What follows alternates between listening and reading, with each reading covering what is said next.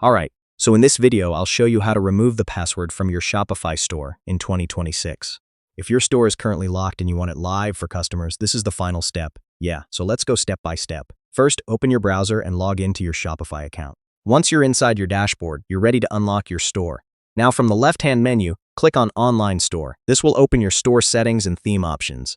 Next, click on Preferences. This is where your password protection settings are located. Now, scroll down until you find the Password Protection section. You will see an option that says your store is currently password protected. Next, look for the checkbox or toggle that says Enable Password or Free Strict Access. Turn it off or uncheck it. After that, make sure to save your changes by clicking the Save button at the top or bottom of the page.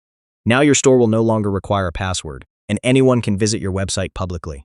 If you're not ready yet, you can always turn the password back on the same way to keep your store private. And that's it. Your Shopify store is now live and accessible to all visitors. If this video helped you, make sure to hit like and subscribe for more simple Shopify guides like this. I'll see you in the next one.